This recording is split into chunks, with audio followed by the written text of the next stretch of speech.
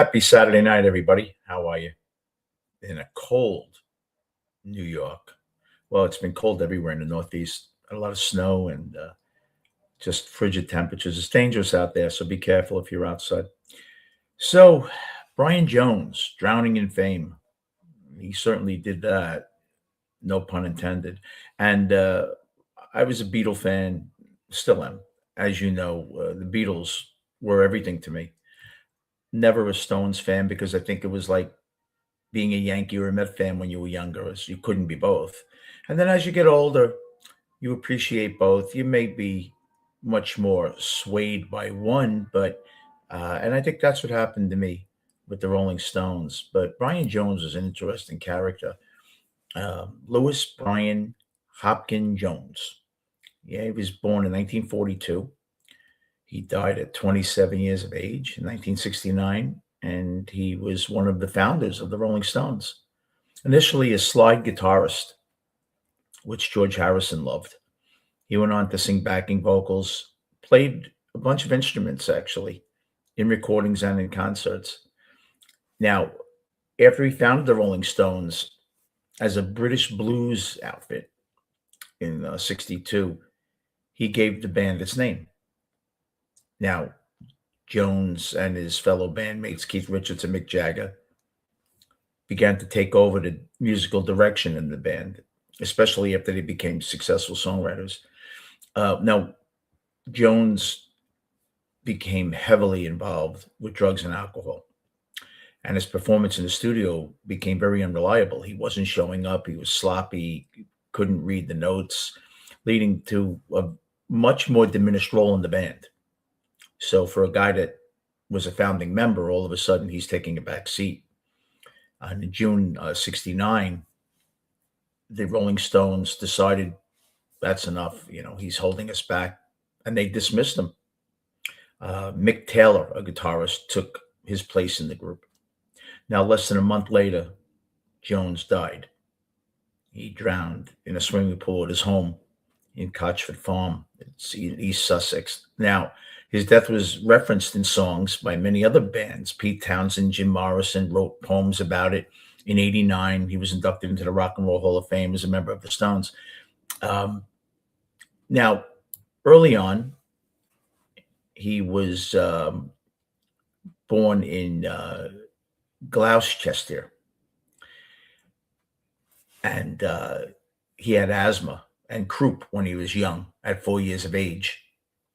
And the asthma lasted for the rest of his life. He had middle-class parents, Louis Blount Jones and Louisa Beatrice Jones. They were of Welsh descent. Brian had two sisters, Pamela, and she died as a 2-year-old of leukemia, and Barbara, who was born in 1946. He attended local schools, and he did okay. He passed his 11 plus exam, which is like an SAT in London for 11 years of age to see where they're going to put you, matriculated or like a career in whatever, not scholastics, really. He loved badminton. He played first clarinet in the school orchestra. So he was really into music at a young age. He passed his A-level exams in physics and chemistry, and he failed biology. So that's interesting. So he was a bright kid. And supposedly, they said that he didn't put much effort into school, but he still performed well. He didn't like the regimentation of it. He didn't like school uniforms, and conforming in general he didn't like. And he said himself, when I made the sixth form, I found myself accepted by the older boys. Suddenly I was in, because he was cool. He was very hostile toward authority figures. He got suspended a couple of times. A childhood friend of his, Dick Hattrell, said he was a rebel without a cause. But when examinations came, he was brilliant, great test taker. His parents also were interested in music. His father was a piano teacher and an engineer, an aeronautical engineer, but he also taught piano. And his mother played piano and organ and led the choir at the church, at the local church. So there was music always infused. He listened to classical music as a child, but he loved the blues, Elmore James, Robert Johnson. In 57, he had heard Cannonball Adderley's music and took an interest in jazz. So he was really versed in different music. He persuaded his parents to buy him a saxophone. And in fact, All You Need Is Love, he's in the background playing saxophone for the Beatles. 2 years later, his parents gave him his first acoustic guitar for his 17th birthday present. He began locally playing local blues clubs, jazz clubs, busking. Busking is just playing outside, like a street musician. They call that busking in England. He stole small amounts of money from his work to pay for cigarettes, and he was fired because of that. Now, his first child was born in 1958. A friend of his, they weren't dating. She was a female friend. They didn't know the sex of the baby, and it was given up for adoption. Now, his other children, um, some have identified themselves as Jones' child, and some of them had no idea. In the summer of 59, his girlfriend, Valerie, became pregnant, and he encouraged her to have an abortion. But she gave birth in 1960, Barry David, but then she placed the baby up for adoption. And the adoptive parents renamed the boy Simon. Now, during that period, Jones lived a very bohemian lifestyle, out in the street with his guitar, making money, living off charity from others. And he returned to England after traveling a bit because he had no money. He went to Guildford Hall in 1959 to see a band perform. He met a young woman named Angeline, and they had a one-night stand, and she got pregnant.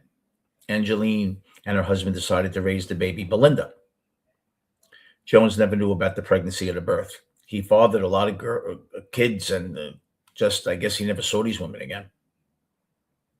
In 61, he applied for a scholarship at an art college.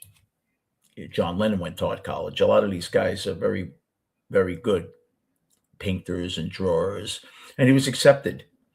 But the offer was withdrawn a couple of days later because an unidentified acquaintance wrote to the college and called him pretty much a drifter, irresponsible.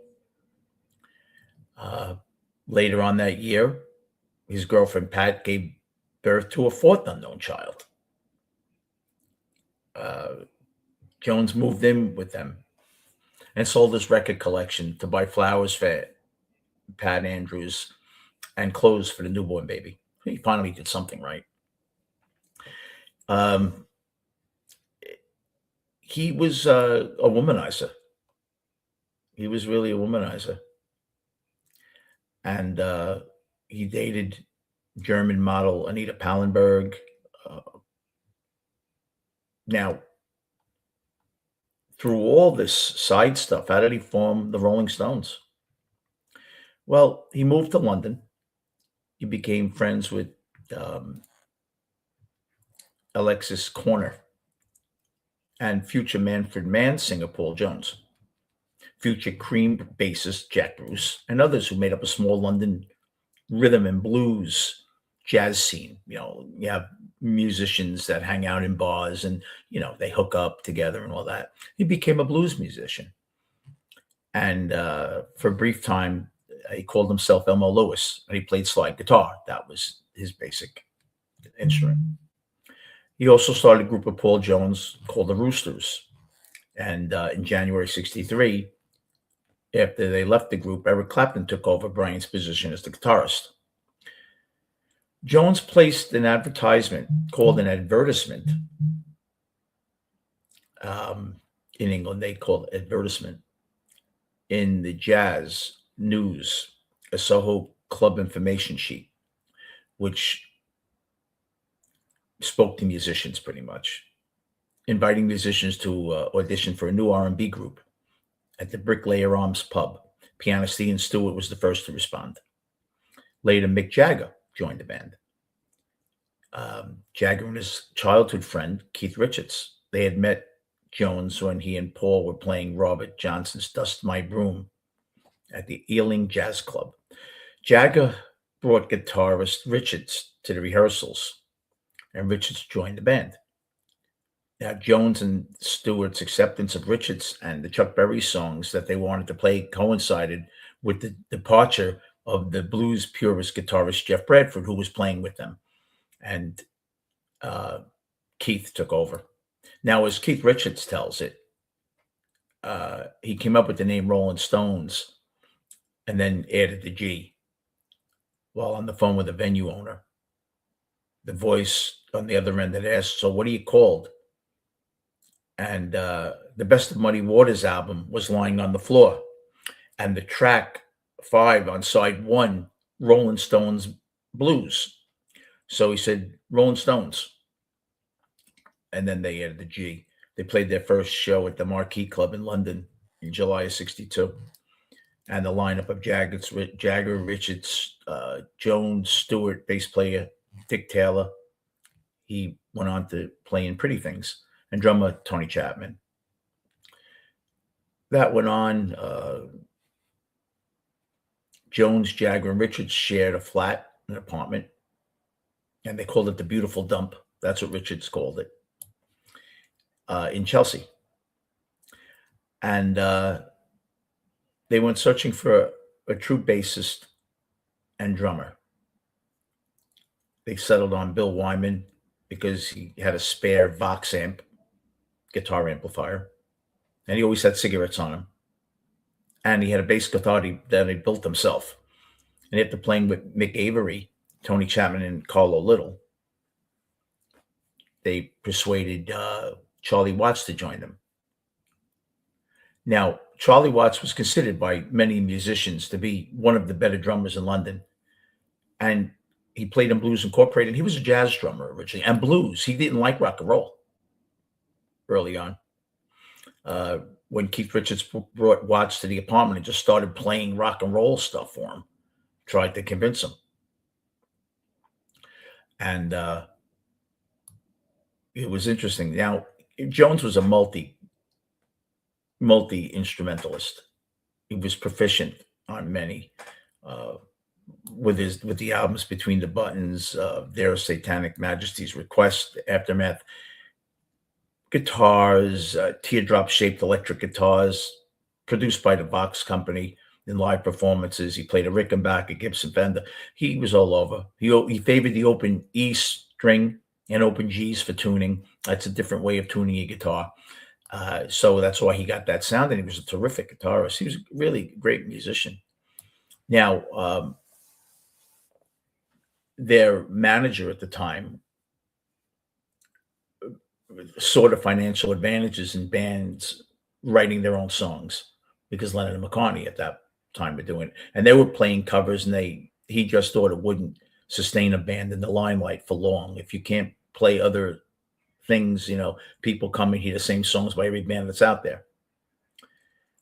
He wanted to make Jagger's charisma a focal point of the live performances.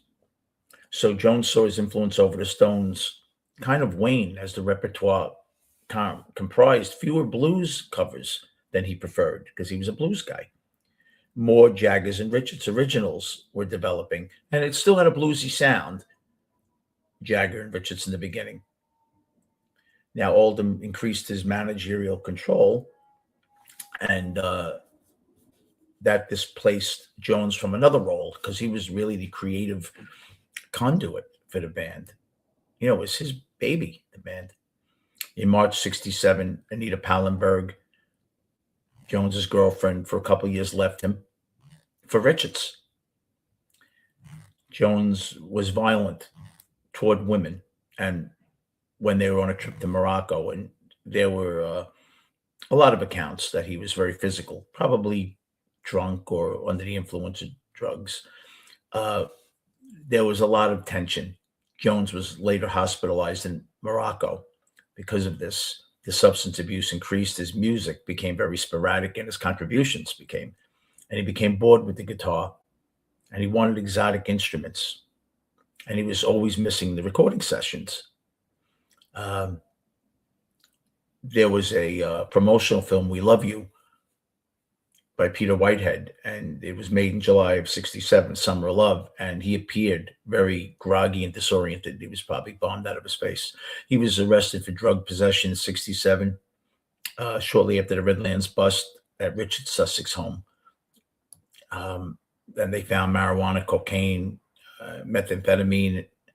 He confessed to the marijuana, but still said he didn't use hard drugs.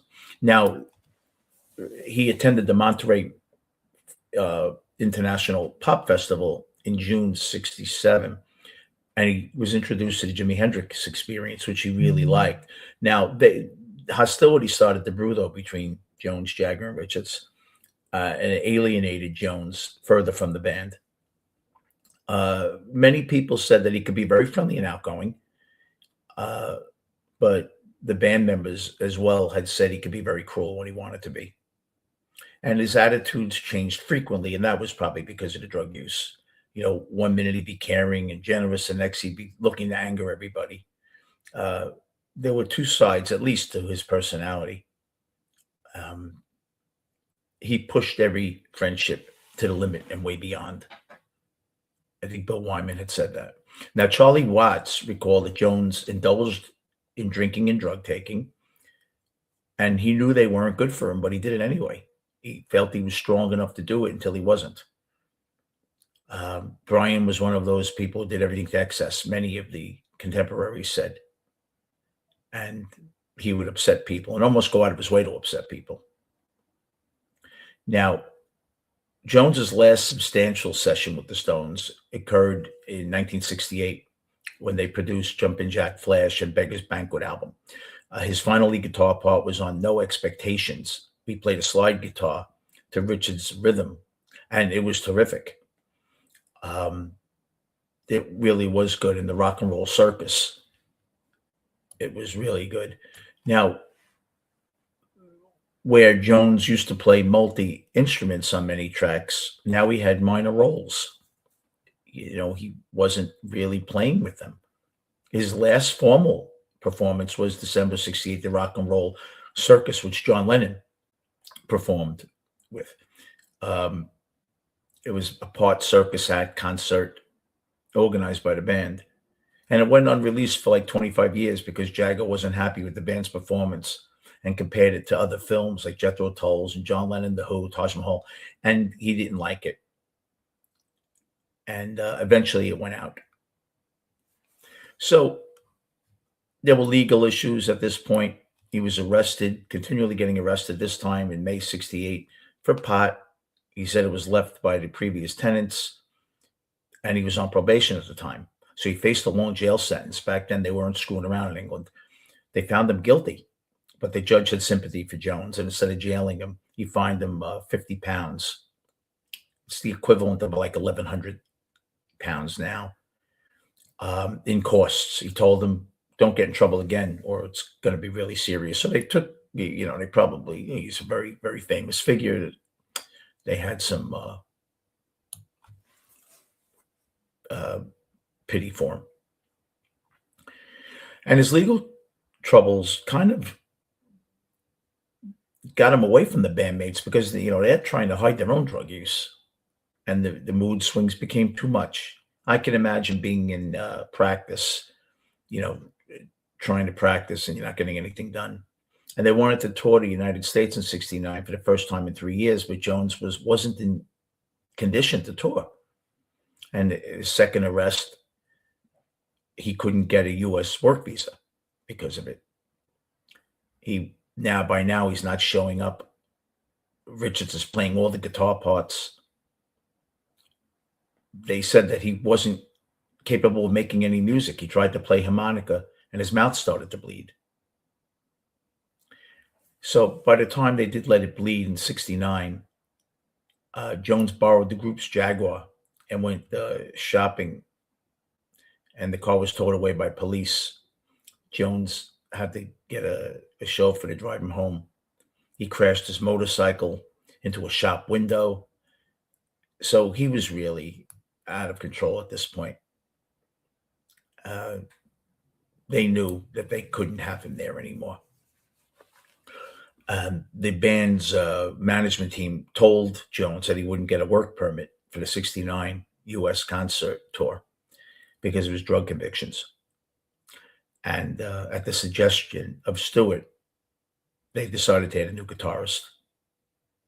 And then Jones was visited by Jagger, Richardson, Watts, and was told that the group he had formed himself would continue without him. So that must have been terrible. And it appeared to the public like he had left voluntarily, even though he was dismissed. They let it be known to the public that he decided to leave. And he came out with a statement in '69 in June that I no longer see eye to eye with them over the discs we are cutting. And he was replaced by a 20-year-old, Mick Taylor, formerly of John Mayall's Blues Breakers. So during the period, it was a rough time. Now, like a month later, around midnight, he was discovered motionless at the bottom of a swimming pool at Cotchford Farm. His girlfriend, Anna Olin, was convinced he was alive when he was taken out of the pool, insisting he still had a pulse. But by the time the doctors arrived, it was too late. He was pronounced dead, 27 years of age. The coroner stated it was drowning, death by misadventure. His liver and heart were greatly enlarged by the past drug abuse and alcohol. Now, upon his death, Pete Townsend wrote a poem, A Normal Day for Brian, a man who died every day. Jimi Hendrix dedicated a song to him on U.S. television. Jim Morrison of The Doors, Ode to L.A., published a poem while thinking of Brian Jones, deceased. Coincidentally, Hendrix and Morrison both died within the following 2 years at the same age, 27.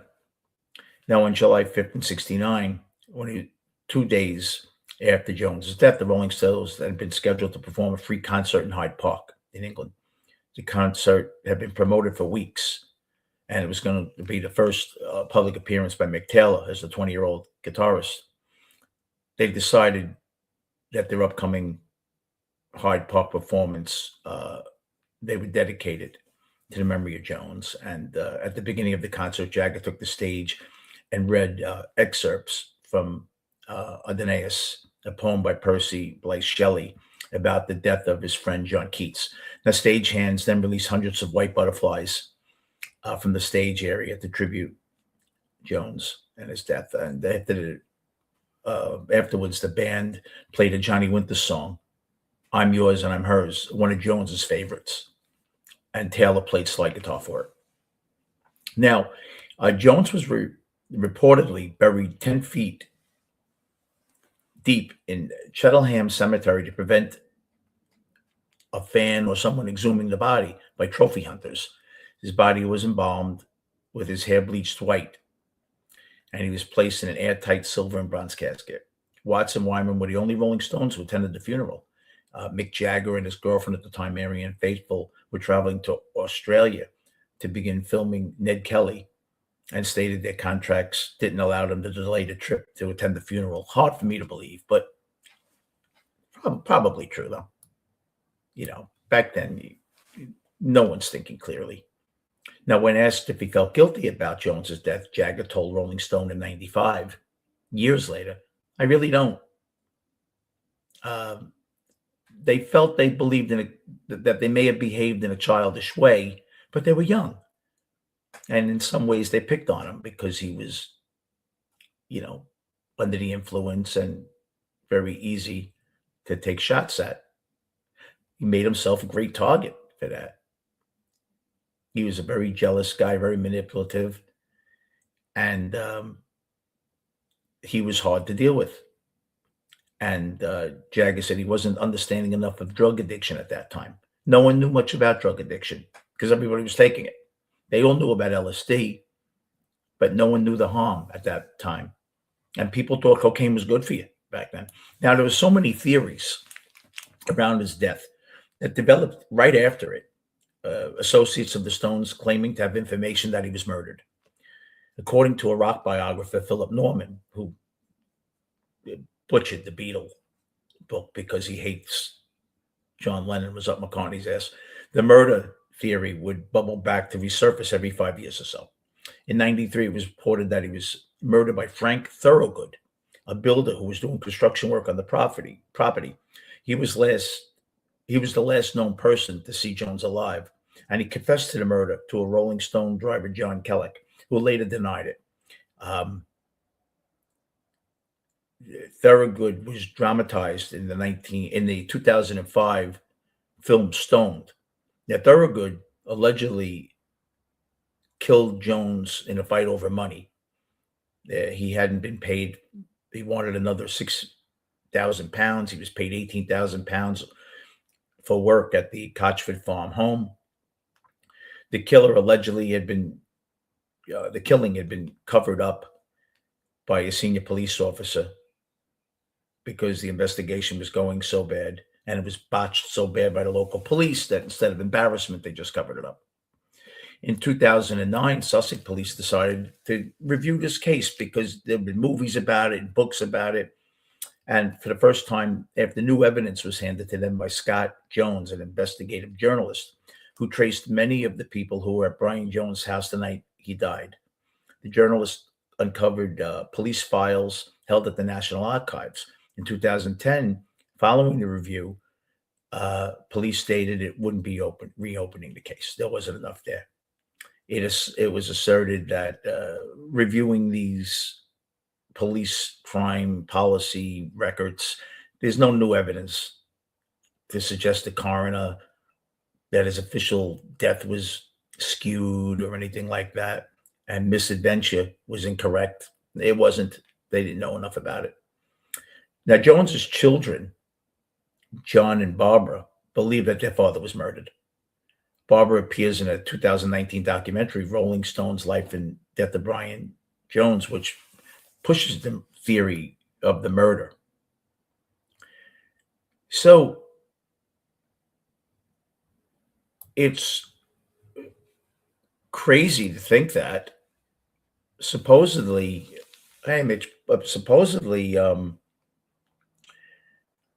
on a deathbed confession or something, the chauffeur said it, or who knows?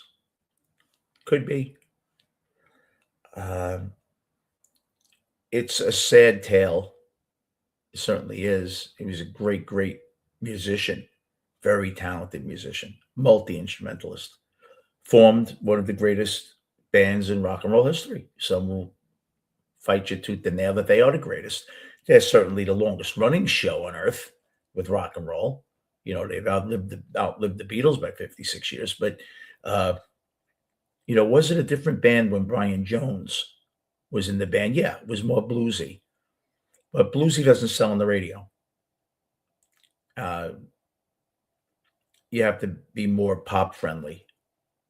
And that's where the Stones went, the direction, the 60s Satisfaction. But you still have Honky Tonk Woman, very bluesy stuff. The harmonica that Mick Jagger took over in years after his death. Midnight Rambler.